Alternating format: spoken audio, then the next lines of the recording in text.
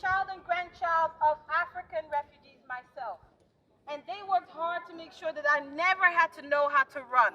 But the pain was noticeable in their hearts, in their stories, in their eyes. So, can you hear me now? Yes. So, when I saw what happened in Ukraine, the first thing I thought is war is a crime against all people. I had no time to make a distinction in skin color. So when we saw on television that people had time while running from bullets and bombs to make a distinction in skin color, to leave African students and Asian students to die just because they weren't white on the right moment, I became angry. I wasn't just disappointed. I wasn't just hurt. It was a confirmation of the problem that we have in this world. Racism is not dead. Afrophobia is not dead. When we walk these streets, when we work in these cities, in these countries, as whether we are undocumented or documented, if your skin is different, you will be treated differently. And if we're quiet about it, we are okay with it. So I'm not here to tell you we can save the earth today. But I am here to say that the narrative we heard, that these refugees from Ukraine were welcome here because they were blonde, because they had blue eyes, because they were civilized, were signals of racism. Ukraine has diversity in their country. People fled of all kinds of backgrounds. When we saw the African students trying to board trains to leave, the narrative that was given to us was those are all boys and they don't want to fight.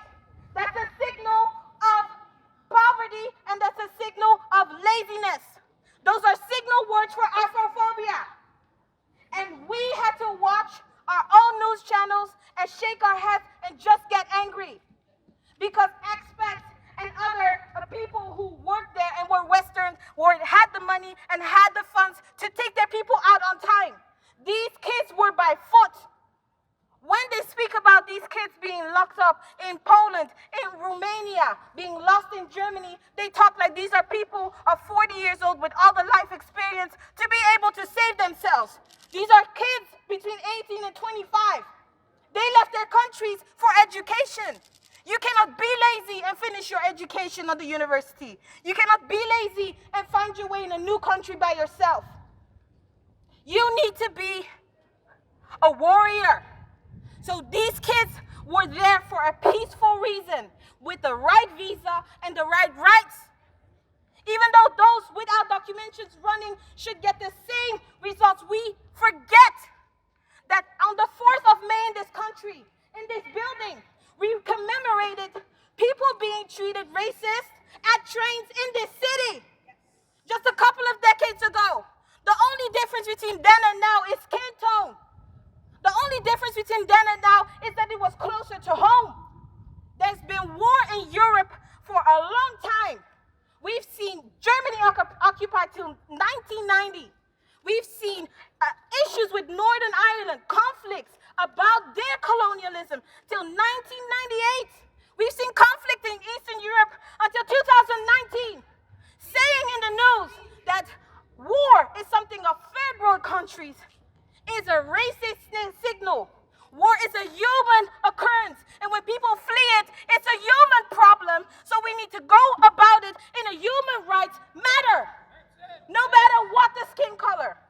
So when they come in this building, and they're Nigerian and they're Ghanaian, and they say, I have fled of war, they should not first look at their skin color. They should not first look at where they were born. They should first look at the humanity. We have people here who were able to go on with their studies, be able to have health care, be able to put their children in education because they fled from Ukraine with the right skin tone.